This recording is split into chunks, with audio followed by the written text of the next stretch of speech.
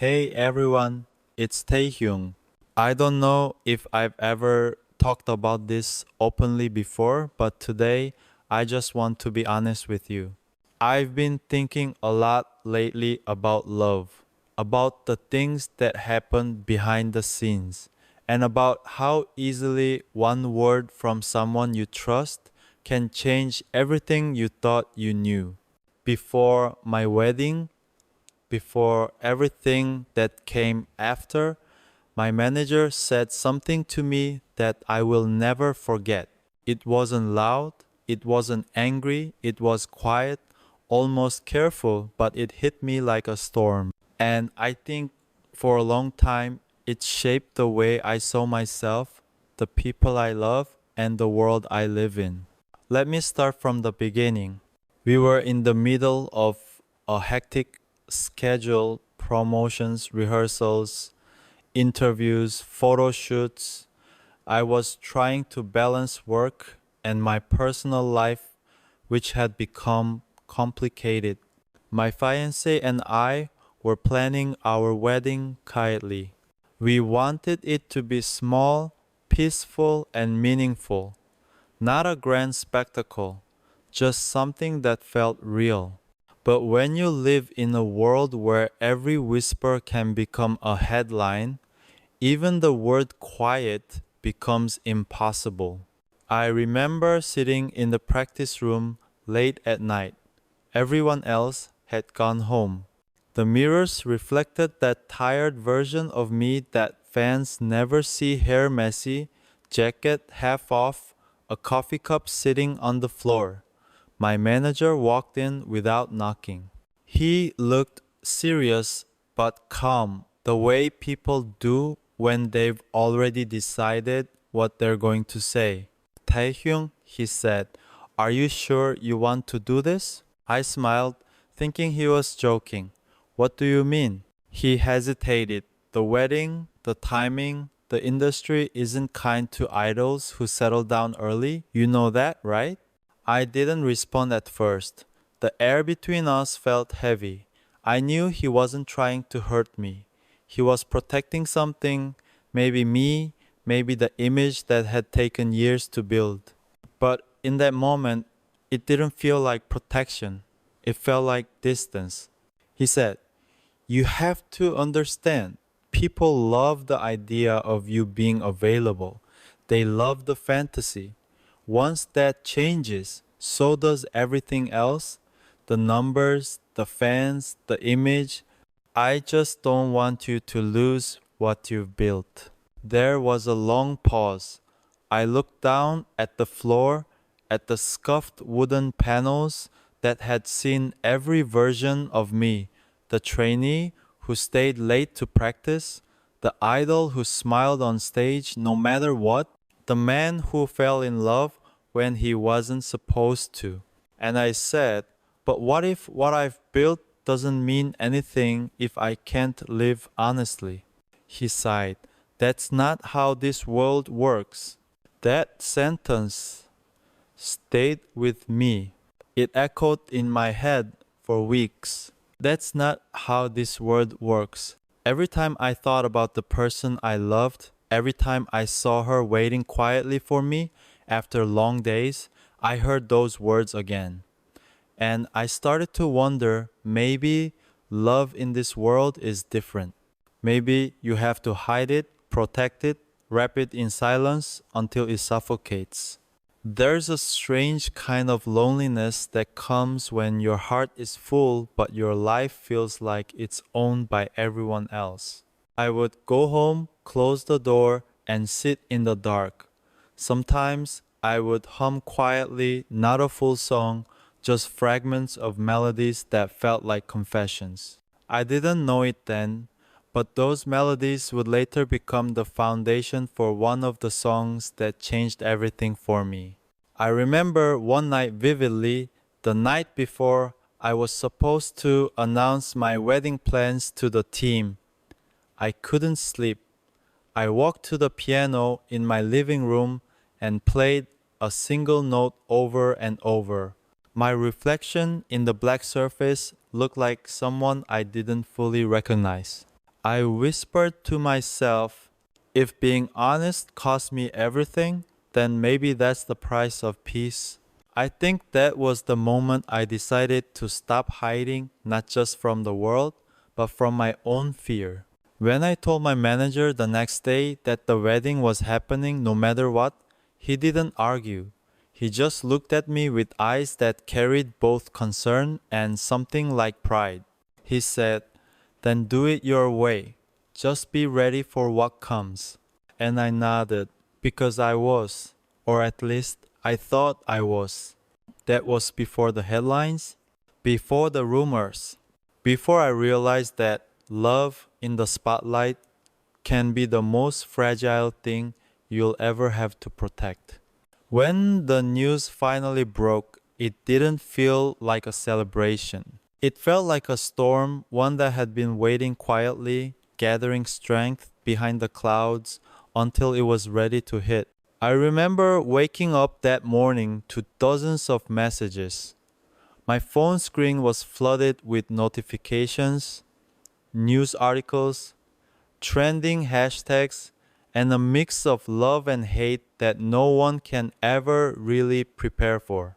The words Taehyung's wedding flashed across every headline, each one slightly different, but all carrying the same kind of tension fascination wrapped in disbelief. At first, I just stared at the screen. Then I put it face down.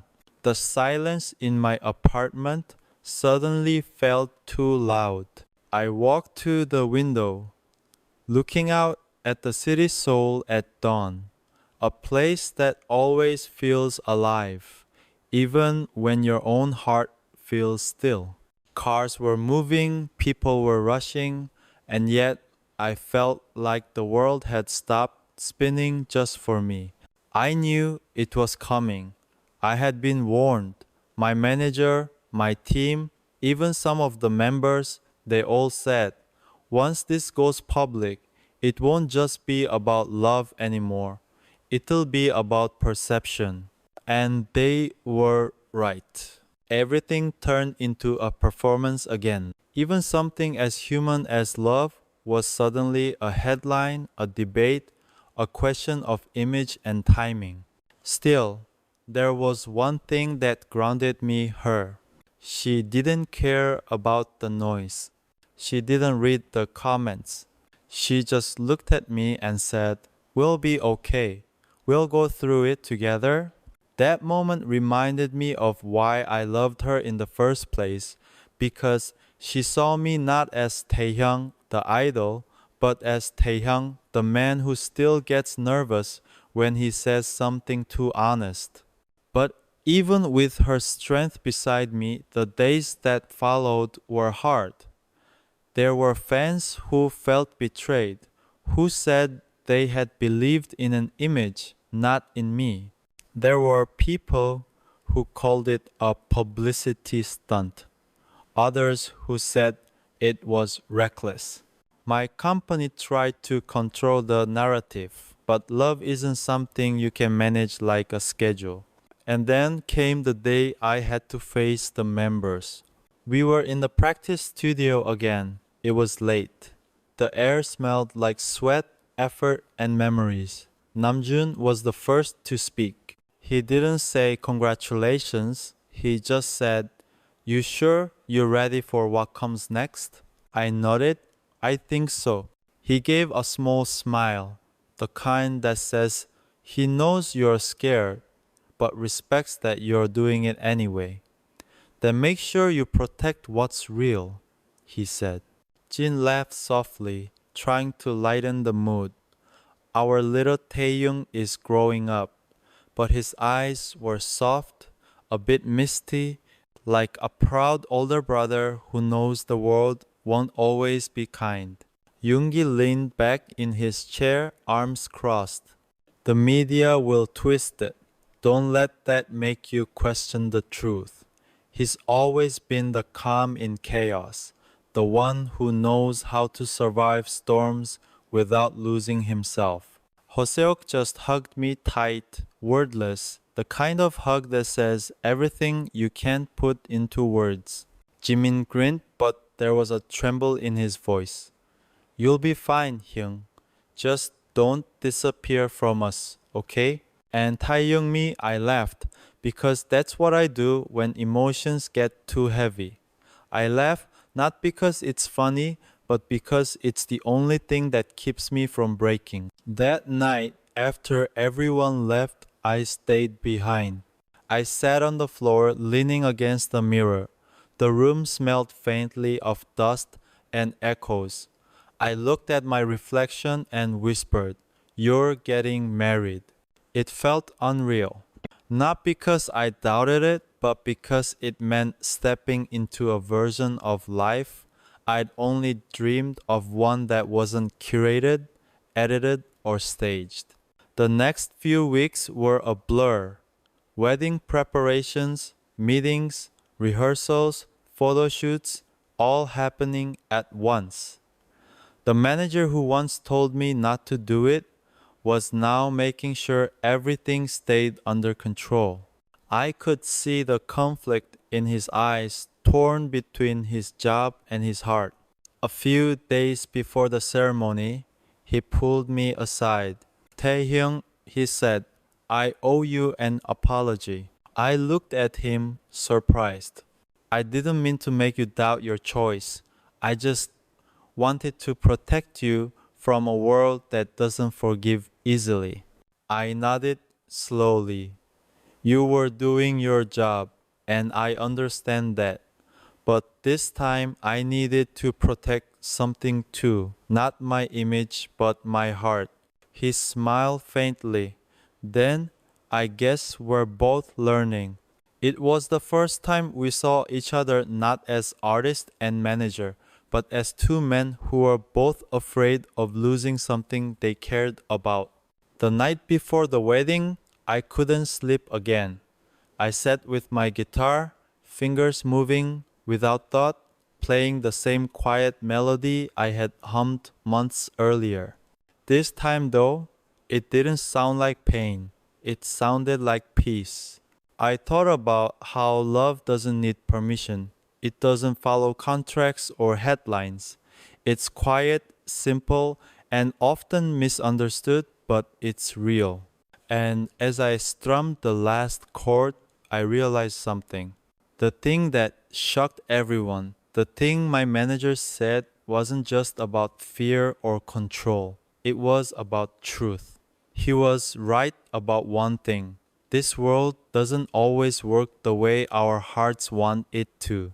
But maybe that's why we need to live honestly anyway. Because love, at its core, isn't about being perfect in public. It's about being real in private. That night, as the city lights flickered through my window, I whispered a small promise to myself, not to the cameras, not to the fans, not to the headlines, but to the person I loved, and to the version of me that still believed in something pure. "I'll protect this," I said softly, "even if the world doesn't understand." And for the first time in a long time, I slept peacefully. When the wedding was over, I thought the noise would fade.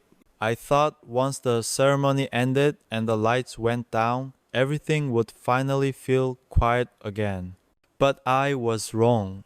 The moment I stepped outside that chapel, cameras were already waiting. It wasn't even supposed to be public. We had chosen a small, private place, away from the city, far from the crowd.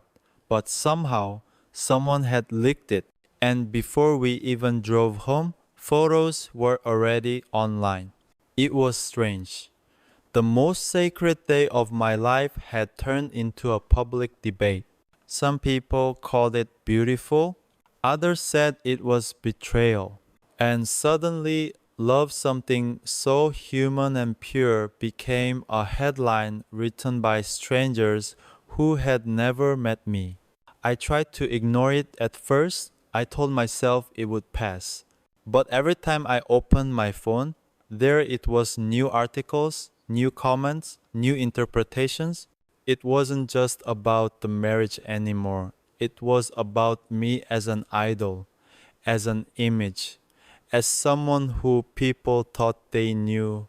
I saw comments saying things like, he changed, or he's not the Taehyung we fell in love with. Some said, he should have waited, he ruined the fantasy. And for a moment, I wondered, had I really done something wrong just by choosing to be happy? There's a certain weight that comes with fame. People don't always see it, but it's there like invisible chains around your voice, your choices, your heart. You want to be honest, but honesty feels like exposure. You want to protect your love, but protection feels like secrecy. I remember one morning sitting by the window with my coffee, scrolling through headlines. My wife walked up behind me, rested her hand on my shoulder, and said softly, "Stop reading those, Taehyung. They don't know you." I looked up at her and smiled weakly. But sometimes I wonder if they ever really did.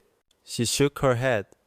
You don't owe them your pain. You've already given them your art. That line stayed with me. That day I made a decision. I would keep performing, keep creating, but I would no longer perform my emotions for validation. I would no longer let the world decide when I could love, laugh, or rest. But reality doesn't change overnight. Even when your heart feels at peace, the world doesn't stop talking. There were articles dissecting my every expression. Taehyung looks distant at the airport. Taehyung avoids fan questions. Taehyung seems tired lately. No one asked if I was tired because I hadn't slept, or if I looked distant because I was just trying to process everything. To them, emotion wasn't humanity, it was news. My manager tried to keep things steady. He'd call me before interviews and say, "Remember, be calm. Don't give them more stories to twist." He was right, but sometimes being calm felt like pretending.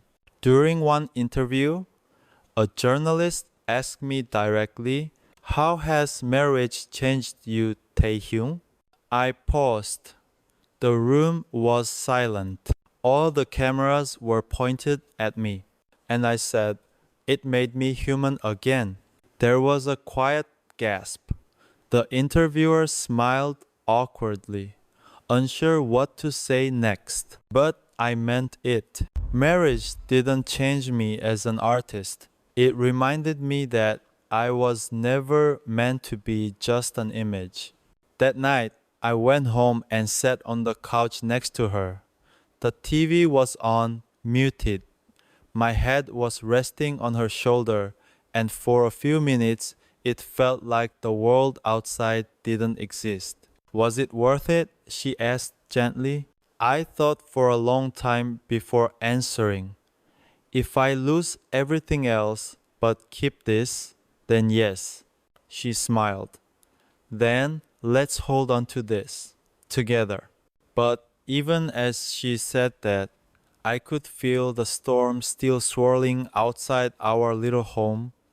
The judgment, the noise, the misunderstanding. It didn't scare me anymore, though. Because for the first time I realized something. Peace doesn't mean silence. It means knowing who you are even when the world is loud. And strangely, it was my manager, the same person who once told me not to go through with it, who helped me see that. A few weeks after the wedding, he came by unannounced. We sat in the studio together, surrounded by instruments and unfinished songs. He said, "I've been watching everything, and you know what? I think you did the right thing." I looked at him surprised. "You do?" He nodded. "You proved something I didn't believe in, that love doesn't destroy fame, it just tests it." I smiled. "And do you still think this world doesn't work that way?" He chuckled. "Maybe the world needs to change." That small moment, that quiet acknowledgement meant more to me than any public apology ever could. Because it wasn't about being right, it was about being understood. From that day, things started to shift inside me. I began writing songs differently, not for charts or awards, but for truth. Lyrics stopped being polished, they became personal. I started singing not as V of BTS, but as Kim Taehyung, the man who had seen both the beauty and the price of love. The noise didn't go away, but it began to fade into the background. And in its place, I found something I had lost for a long time: peace in imperfection. Sometimes, late at night, I still see articles pop up dissecting every move, every smile. But instead of frustration, I'd feel gratitude. Because even through all of it, the chaos, the misunderstanding, the fear, I was still here, still breathing, still loving. And that, I realized, is what it means to live honestly. Not to be perfect in the world's eyes, but to be real in your own. After all the noise, after all the sleepless nights, I found myself back in the studio. It was quiet, too quiet at first. There were no producers that day, no cameras, no staff, just me, a cup of lukewarm coffee, and an empty page on the desk. I remember staring at that page for hours. There were so many things I wanted to say, but every time I picked up the pen, I froze. Because I didn't want to write another hit song. I wanted to write something real, something that sounded like the voice I had lost somewhere between fame and fear. Then I looked at my reflection in the black piano surface and whispered to myself, "Just be honest, Taehyung. Don't make it sound perfect. Make it sound true." And that's how the first line came to me. It wasn't poetic, it wasn't clever. It was simply, "I'm still learning how to love myself when the world doesn't." When I sang it out loud, my voice cracked not because of the note, but because it was real.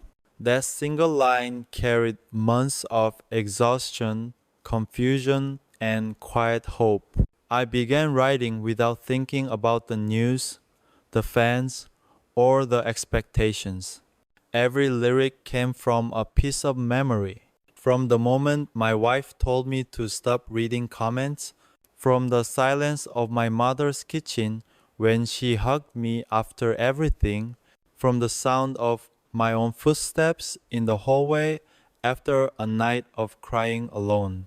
It wasn't a sad song, it was an honest one. And in that honesty, I found something I didn't expect: peace. I recorded the demo myself in one take. It wasn't clean, but it was pure. When the last note faded, I just sat there in the dark, letting the echo fill the room. That was the first time in months that I didn't feel like an idol. I felt like a man who had been through something but still chose love over bitterness. The next day, I let my manager listen to it. He closed his eyes through the whole thing. When it ended, he said quietly, "That's not just a song, Tai. That's a confession." He was right. That song wasn't for the world, it was for me. It was my way of saying to myself, "You did the best you could." A few weeks later, the company heard it. They wanted to release it officially. At first, I hesitated.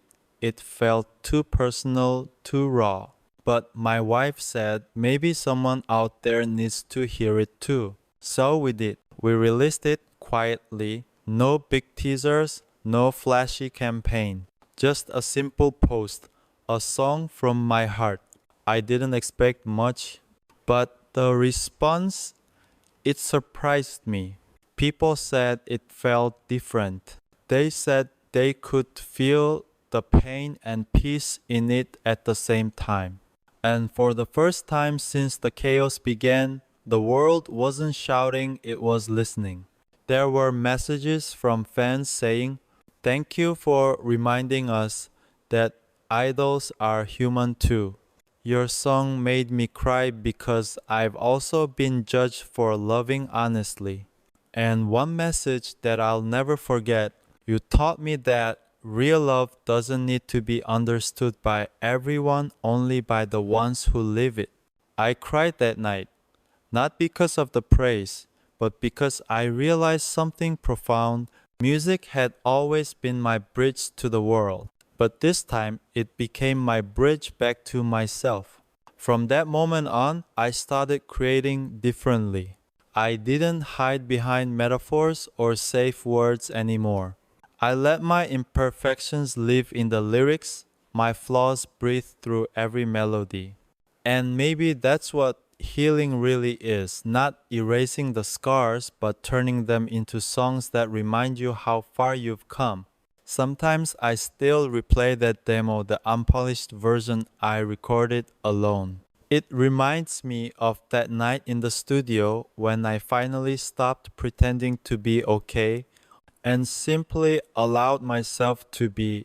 I didn't realize it then, but that song was the start of something new. A new chapter, not in my career, but in my soul. Because from that day forward, I wasn't just singing to be heard. I was singing to be understood. And in the echo of my own voice, I found the one thing I thought I had lost forever: myself. The release of that song felt like a quiet confession sent into a storm. No promotions, no dance challenge, no glossy teasers, just my voice, raw and unfiltered. But somehow there was enough. Within hours, it began to spread, not because of marketing, but because people felt it. I still remember waking up one morning, groggy from another late night, and my phone was buzzing nonstop. My wife was standing by the window, smiling faintly as she said, "Taehyung, you might want to check the charts." I laughed, half asleep. "What charts?"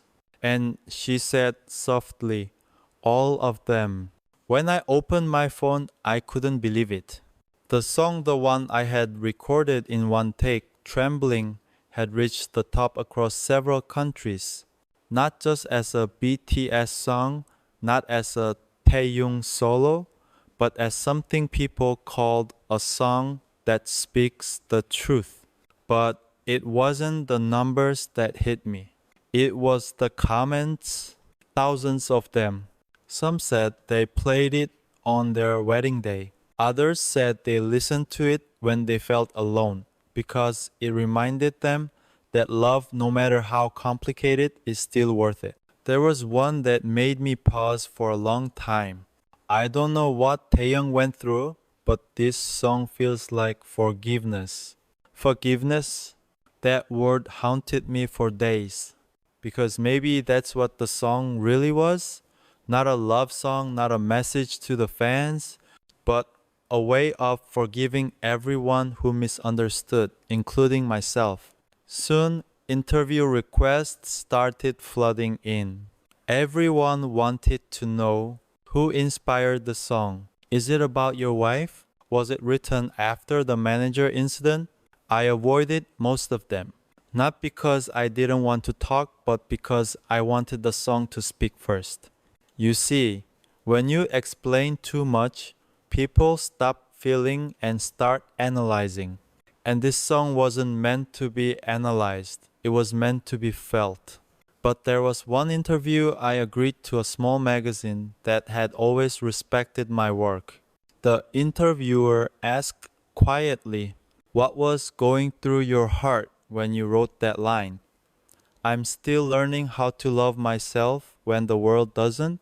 I looked down and said, "That line isn't about fame, it's about humanity." Because no matter who you are, there's always a part of you that feels unseen. And sometimes love starts when you stop waiting for everyone to understand you. They didn't push for more, they just nodded. And for the first time in a long while, I felt understood without having to defend myself. Then something beautiful started happening. People stopped asking about the wedding scandal. They stopped speculating about my manager's words. Instead, they started talking about the music. Fan projects began appearing murals, art pieces, piano covers. There was even a letter writing campaign called Love Without Permission, inspired by my lyrics. And when I saw fans holding signs at concerts that read, "You taught us love is worth fighting for," I knew something had changed. The narrative wasn't about controversy anymore. It was about connection, and strangely, even my manager, the one who once tried to stop the wedding, became one of the people who helped me protect that peace. He started managing my interviews carefully, making sure I had space to breathe, to create, to just exist again. One night, after a long rehearsal, he came up to me quietly. "I was wrong back then," he said. "I thought protecting your image was protecting you. But I forgot that what makes you special isn't your image, it's your honesty." I didn't say anything at first, I just smiled, because I knew we had both grown from it. Maybe in his own way, he was learning how to love too. And I realized something I wish I had known earlier. You don't have to fight the world to prove your truth. Sometimes you just have to live it long enough for the world to see it. When I performed that song live for the first time, I could barely get through the bridge. The lights dimmed, the piano started, and I heard fans singing it back, every word, every breath. It was no longer just my story. It had become our story. That night, I looked out at the sea of purple lights and whispered to myself, maybe the pain was never a punishment. Maybe it was just a path to understanding. And when the final note faded, I bowed deeply, not as Taehyung the idol, but as Taehyung, the man who had learned that love, in its purest form, doesn't need permission, only courage. The night of the final concert of the tour felt different. The air was heavier, but not because of exhaustion. It was full of emotion, almost sacred. I could feel it from the moment I stepped backstage. The crew was quiet. My members were smiling softly, and even my manager, who used to be the strictest man in the room, had his eyes lowered in calm reflection. Before walking out, I stood in front of the mirror and stared at my own reflection.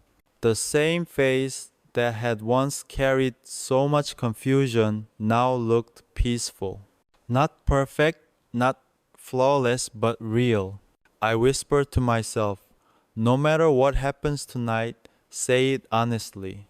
When the lights went out and the crowd started chanting my name, I felt a wave of warmth wash over me.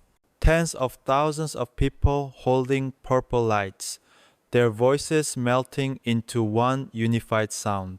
And when the piano intro of the song began, I didn't feel like I was performing.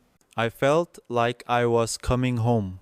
As I sang the first verse, I looked around at the fans crying, at my members standing at the edge of the stage watching quietly, and at the camera lenses that had once felt like walls. But this time, they weren't walls. They were windows into hearts that were listening, not judging. Halfway through the performance, I couldn't sing anymore. My throat tightened. So I stopped, smiled, and let the crowd sing instead. It was the same line that had changed everything. "I'm still learning how to love myself when the world doesn't." And hearing it echoed back by thousands of voices, it felt like forgiveness multiply endless alive. After the show, I stayed behind when everyone left the stage. The lights dimmed, the crowd was still humming softly, and I knew I couldn't leave without saying what had been sitting in my heart for so long.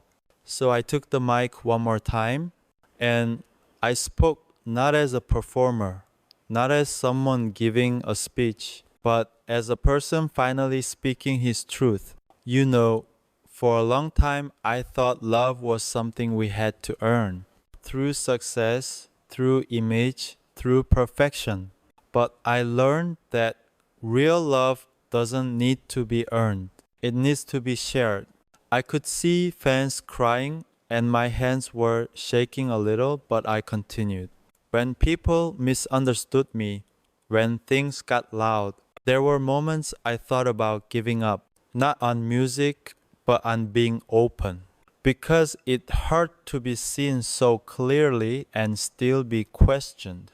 But then I met someone who showed me that love doesn't mean never getting hurt. It means choosing to stay even when the world doesn't understand. I looked toward where my manager was standing. He smiled quietly and I smiled back. It wasn't about blame anymore. It was about how far we had come.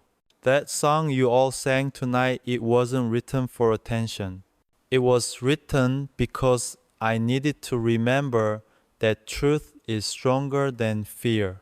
And if any of you out there are afraid of loving, afraid of being misunderstood, please don't hide. Someone, somewhere, will understand you. Maybe not today, maybe not soon, but they will. The crowd was completely silent. Not a phone light, not a cheer, just silence, the kind that means everyone's heart is listening. Then, softly, I added, to my manager, thank you for protecting me even when we disagreed. To my wife, who believed in love when it wasn't easy, thank you for teaching me what courage looks like. And to you, my fans, thank you for never giving up on the boy who was still learning to love himself. The crowd erupted into cheers and tears. For a moment, I stood there overwhelmed by everything, the light, the sound, the weight of all those emotions. And then I bowed. Not a formal stage bow, but a long, slow one, the kind that comes from gratitude deeper than words. As I stood up, I felt a strange peace.